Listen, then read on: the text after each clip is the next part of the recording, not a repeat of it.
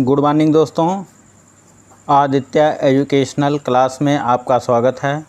आज हम यहाँ आप लोगों को बीएड डीएलएड से संबंधित पाठ योजना बनाना बताएंगे। जैसे सबसे पहले ऊपर हम लिखते हैं पाठ योजना, उसके बाद संस्था का नाम, जिस संस्था में टीचिंग करना है या शिक्षण करना उस संस्था का नाम लिखते हैं। उसके बाद छात्राध्यापिका का नाम, जो आपका नाम होगा, या छात्राध्यापक का नाम, जो आपका नाम होगा, यहाँ नाम अंकित करेंगे। दिनांक, जिस दिन आपको इस पाठ्य योजना का शिक्षण कार्य करना उस दिन का दिनांक लिखेंगे। कक्षा 7 वर्ग बी, विषय हिंदी पद्य, चक्र दूसरा, अवधि 15 मिनट।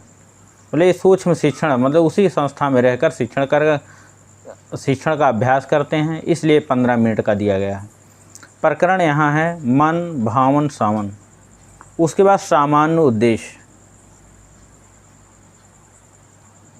सामान्य उद्देश्य का संबंध जो होता है विषय से होता है और विशिष्ट उद्देश्य का संबंध हमारा प्रकरण से होता है। तो पहला यहाँ सामान्य उद्देश्य जो है छात्रों में हिंदी विषय के प्रति रुचि जागृत करना। दूसरा, बच्चों में कल्पना शक्ति का विकास करना। तीसरा, छात्रों में शुद्ध उच्चारण तथा धारा प्रवाह गति के साथ कविता पढ़ना सिखाना। चौथा, सामान्य उद्देश्य छात्रों में मातृभाषा के प्रति लगाव उत्पन्न करना। पाँचवा, छात्रों में बौद्धिक और तर्क शक्ति का विकास करना। छठवां, छात्रों में राष्ट्रीय एवं अंतर्राष्ट्रीय भावना का विकास करना। सातवां, छात्रों में पठन पाठन के प्रति रुचि उत्पन्न करना। उसके बाद विशिष्ट उद्देश्य लिखते हैं। विशिष्ट उद्देश्य का जो संबंध होता है वो प्रकरण से होता है। पहला विशिष्ट उद्देश्य जो है छात्र ऋतुओं के बारे में जानकारी प्राप्त कर सकेंगे। दूसरा, छात्र इस पाठ के माध्यम से सावन के महीने का आनंद ले सकेंगे।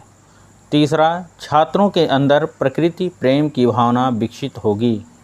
चौथा, छात्र अपने पर्यावरण को स्वच्छ एवं प्रदूषण मुक्त बनाने का प्रयास करेंगे। उसके बाद सहायक सामग्री, सहायक सामग्री में कक्षा उपयोगी सहायक सामग्री या शिक्षण कार्य में किसी हम वास्तविक सहायक सामग्री चार्ट मॉडल का प्रयोग कर रहे हैं तो इसको यहाँ लिख सकते हैं। उसके बाद पूर्व ज्ञान, छात्र भारत के मौसम के बारे में सामान्य जानकारी रखते हैं। मौसम या मन भावन सावन मतलब मौसम के बारे में सामान्य जानकारी रखते हैं। उसके बाद प्रस्तावना के प्रश्न, यहाँ 3 कॉलम बनाते हैं। क्रम संख्या, प्रस्तावित प्रश्न, संभावित उत्तर। प्रस्तावित प्रश्न के स्थान पर हम छात्राध्यापिका क्रिया लिख सकते हैं, यहाँ छात्र क्रिया लिख सकते हैं। पहला प्रश्न जो है प्रस्तावना का, हमारे देश का क्या नाम है? तो छात्र बताते हैं हमारे देश का नाम भारत है। दूसरा प्रश्न, भारत की कुछ ऋतुओं के नाम बताओ। छात्र बताते हैं वर्षा ऋतु, गर्मी ऋतु, ठंडी। तीसरा प्रश्न प्रस्तावना का, वर्षा ऋतु के किस माह में लोग झूला झूलते हैं? तो छात्र बताते हैं वर्षा ऋतु के सावन माह में लोग झूला झूलते हैं। चौथा प्रश्न, सावन माह के प्राकृतिक सौंदर्य का वर्णन कीजिए। अब इस समस्यात्मक प्रश्न होता है, छात्र यहाँ कुछ बताते हैं या मौन हो जाते हैं। उसके बाद उद्देश्य कथन लिखते हैं कि बच्चों आज हम लोग सुमित्रा नंदन पंत जी द्वारा रचित मन भावन सावन नामक कविता का अध्ययन करेंगे। उसके बाद प्रस्तुतिकरण, प्रथम सोपान, संकेत में यहाँ जो कविता होती है कविता को हम लिखते हैं। कविता यहाँ ज़्यादा है इसलिए शॉर्ट में यहाँ लिखा गया, झमे झम डॉट डॉट डॉट बूंदे झलमल। उसके बाद आदर्श वाचन, यहाँ छात्राध्यापिका कक्षा में खड़ी होकर उचित आरोह अवरोह के साथ प्रस्तुत पाठ का आदर्श वाचन करेंगी।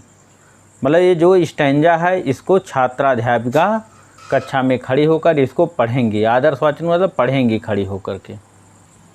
उसके बाद अनुकरण वाचन, छात्राध्यापिका छात्रों से उचित आरोह अवरोह के साथ अनुकरण वाचन कराएंगी।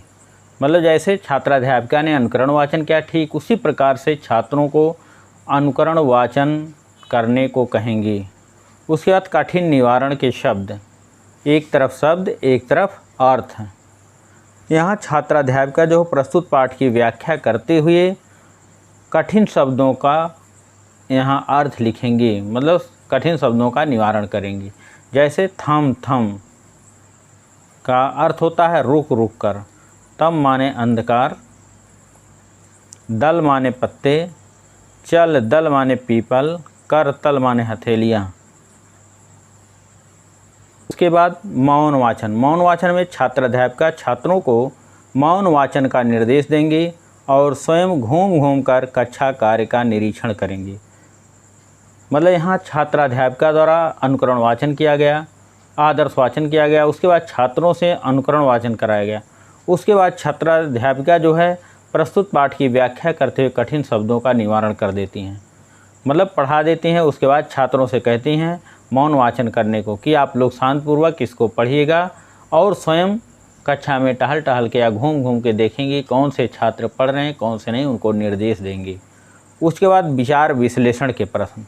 जब छात्र पढ़ हो जाते हैं, मौन वाचन कर चुके होते हैं, तो छात्राध्यापिका और विचार विश्लेषण के प्रश्न पूछे जाते हैं। जैसे पहला प्रश्न है, पानी बरसते समय किस प्रकार की ध्वनि होती है? दूसरा, मन भावन श्रावण कविता के कवि कौन हैं? तीसरा प्रश्न, ताड़ों के वृक्ष के पत्ते किस प्रकार फैले हैं? उसके बाद बोध प्रश्न। बोध प्रश्न जो होता है पढ़ाए हुए पाठ से पूछे जाते हैं कि मतलब छात्रों को पढ़ाया हुआ पाठ कितना ग्रहण कर सकेंगे, कितना याद हुआ। तो यहाँ पहला प्रश्न बोध प्रश्न, तरुओं से बारिश की बूंदें किस प्रकार गिरती हैं? दूसरा, चम चम बिजली किसके उर में चमक रही है? उसके बाद पुनरावृत्त के प्रश्न। पुनरावृत्त के प्रश्न पढ़ाए हुए पाठ से पूछे जाते हैं, पूरी पाठ्य योजना से, कि जो पाठ पढ़ाया हुआ है उस छात्रों को पुनः आवृत्त हो जाए। पहला प्रश्न पुनरावृत्त का, मन भावन श्रावण कविता में किस ऋतु की सुंदरता का वर्णन किया गया है? दूसरा प्रश्न पुनरावृत्त, सावन के मेघ किस प्रकार से बरसते हैं? उसके बाद गृह कार्य में जो प्रश्न हुआ, कविता के अर्थ को अपनी कॉपी पर लिखो। मतलब जो कविता पढ़ाया गया उसके अर्थ को कॉपी पर के लिख करके लाना है। कल आप लोगों को एक गृह कार्य दे दिया जाता है छात्राध्यापिका द्वारा। उसके बाद आलोचना या सुझाव। जब छात्राध्यापिका शिक्षण कार्य करती हैं तो पर्यवेक्षक आलोचना करते हैं पीछे बैठ करके, या सुझाव देते हैं। मतलब आपका शिक्षण कार्य कैसा है, पॉजिटिव नेगेटिव दोनों प्रकार के यहाँ पर आलोचनाएँ की जाती हैं, जिससे छात्राध्यापिका या छात्राध्यापक अपने शिक्षण कार्य में भविष्य में सुधार कर सकें। Thank you class.